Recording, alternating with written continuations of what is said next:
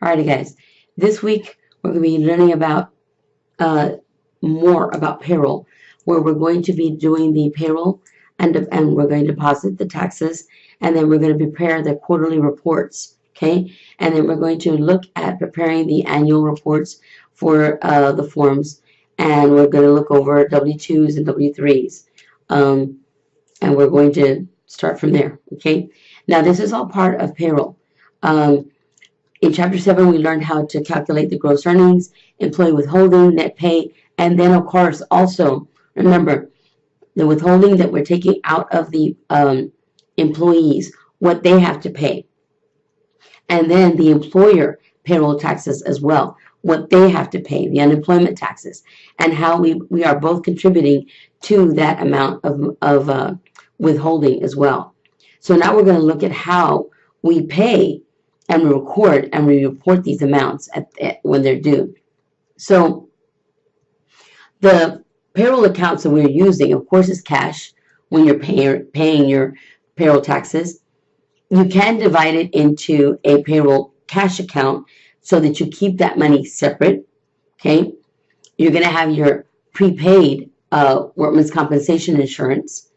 You have your wages and salaries payable that we've always had, your Social Security payable, your FICA Medicare payable, your, your payable, then your federal income tax payable, your state income tax payable if you have state income taxes, your federal unemployment tax, your state employment tax if you have an unemployment tax for the state, and then, of course, your medical insurance as well, okay? So if they opt for that benefit or if you're paying that benefit as well. So this is what we're going to do, transferring funds to the payroll account. So what the journal illustrates is the funds that are taken out of the bank account or cash to the payroll bank account.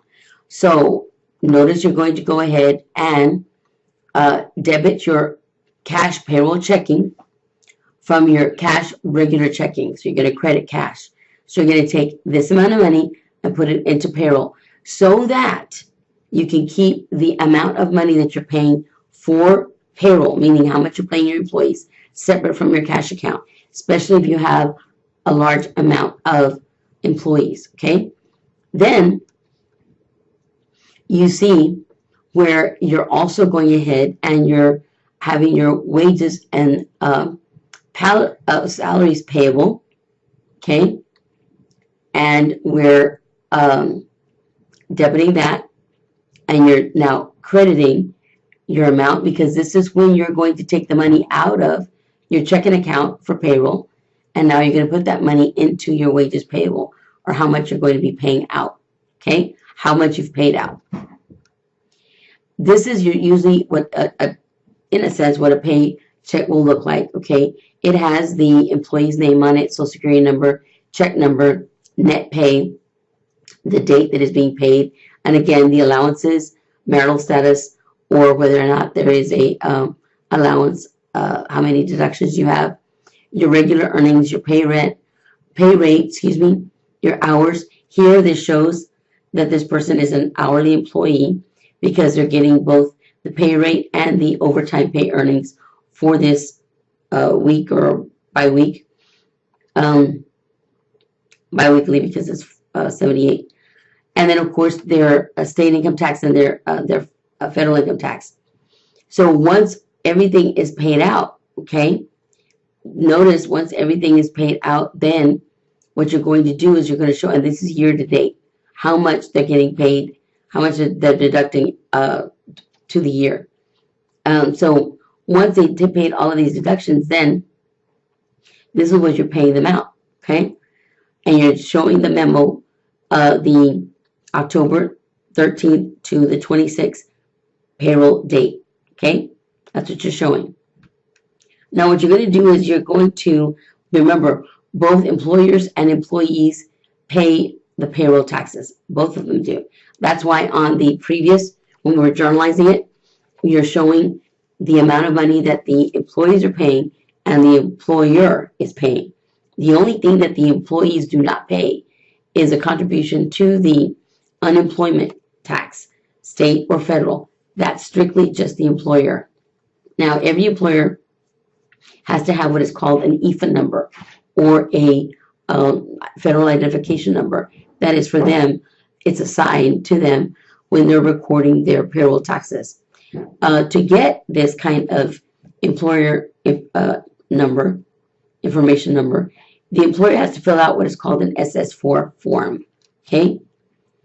And then to deposit the payroll taxes, after the paychecks have been released, the company needs to pay the IRS the federal taxes owed. So they have to do that. The monthly summary of payroll registers for October lists the biweekly payroll actually paid in October. And the worksheet helps Catherine, who is the accountant, compute the 941 deposit each month, okay? Allows her to show how much she's got to put in. So here is a summary of the payroll register. This is how much everybody got paid, the medical insurance, the net pay, the FICA, the taxable earnings, the gross earnings for October, for November. These are total, okay? And the reason that we need to have the payroll register totals, of course, or the summary, is because you're not going to be wanting to be figuring this out every month via the employee's information. You want to have the totals there ready for you. So when you're depositing your payroll taxes, you're going to compute the tax deposit, add the local, the total, October federal income tax, and twice the FICA taxes as well. So, and the reason, remember, going back, this is how much was paid, right, for your federal income tax. That's how much the employees paid out. For Medicaid and Medicare, okay, we're showing that it is $2,307.07 and the $539.56. So here we go. Where are we getting that from? So if we look at the $539.56 right here, okay, notice we're getting it from here. Then the 2,000 right here, 2,307 cents is where we're getting it. Now the reason again that we're multiplying it by 2 is because the employer and the employee have to pay in. So for Social Security. So you multiply it by 2, the total deposit then has to be $10,000, $10,241.26. So Travel with Us is a monthly depositor. The total deposit for the 3 October pay dates must be paid to the IRS on or before November the 15th. Now, the reason that they're doing this is because you got to figure out how much all of this is going to cost you, right? You've got to do the calculations. You got to make sure that they're correct. Plus, you got to make sure that you've got money in there to pay them.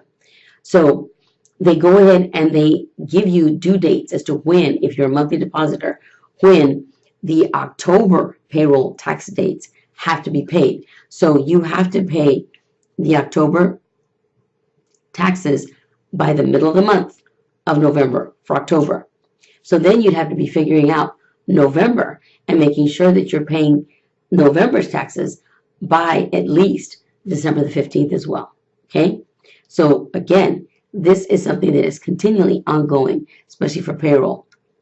So when you're depositing your payroll taxes, looking at the ledger accounts, okay, for the Form 491, your FICA payable then for each month is this. Your that's how much money you're putting in. Your sorry, this is not FICA, this is your federal income tax. Your Social Security, each one that you're putting in is this amount. This is the total. For your Medicare, this is how much it is. This is for your total. So you show here again, this is how much money that you're putting in for your federal income tax, your OSDI payable, and your Medicare payable. So this is how much in cash in your general checking that you're going to go ahead and be crediting, taking it out, unless you've deposited this amount of money into a separate checking account, okay?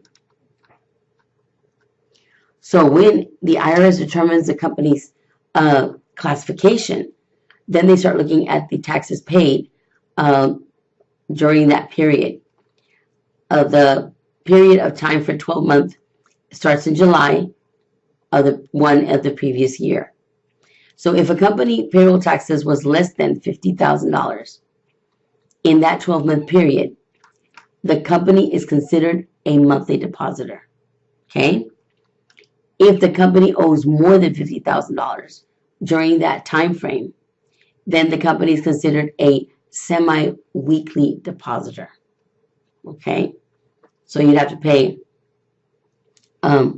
semi-weekly, okay? Not monthly, but semi-weekly, which means every 2 weeks. This is what it would look back on the illustration. So once the federal government looks at this. So, and the reason for this again is because they've got to figure out Social Security. They got to make sure that the Social Security funds are there as well.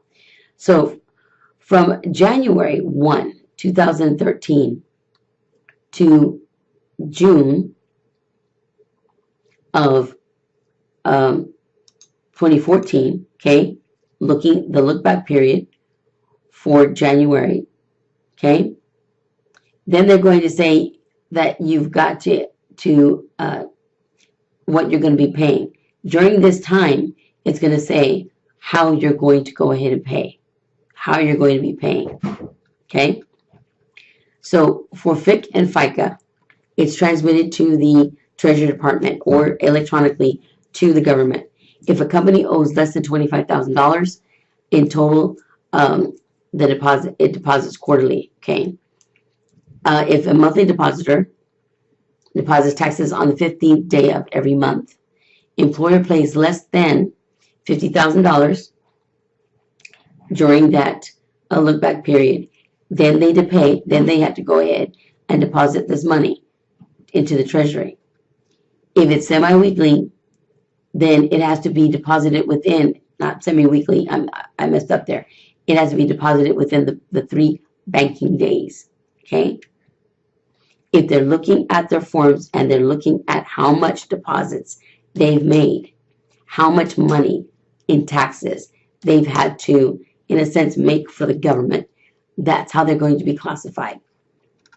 So the employer's quarterly tax form, which is the 941, requires that all employers to complete the taxes reporting all of this information, your Social Security, your Medicare, and your federal income taxes, okay? If the taxes total less than the $2,500 for the calendar year, then the employers prepare the 944, and it's due by January the 1st of the following year. If the taxes total more than $2,500 a year for a calendar year, then the employers prepare the 941, and the employer's quarterly tax return is due every quarter, okay, if they make more than that. So small companies that have less than that amount for Social Security's taxes that they're paying because they have little employees and they're paying them only a certain amount, then they don't have to worry about it too much. They're going to go ahead and pay. They're going to be looking at the 944. If again big companies they're paying more than that, which would be companies like Walmart, Amazon, they're going to have to do this every quarter, okay? So depositing payroll taxes is the day one rule.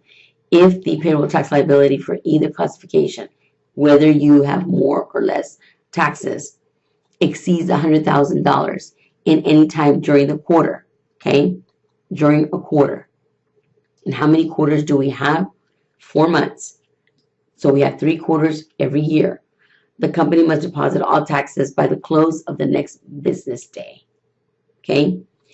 If the company is very small and the tax liability or the amount of payables that we have is less than $2,500 for the quarter, the taxes can be sent with the 941 quarterly report. Now, If the deposit falls on a Saturday, Sunday, or holiday, then the date is extended to the next business day. For those that have to pay on a semi-weekly basis or on Wednesday of every week, the holiday falls on any of the 3 banking days preferred, then the company gets 1 additional day to deposit. Okay? Now, we're going to go into preparing those reports so that you can understand what's going on.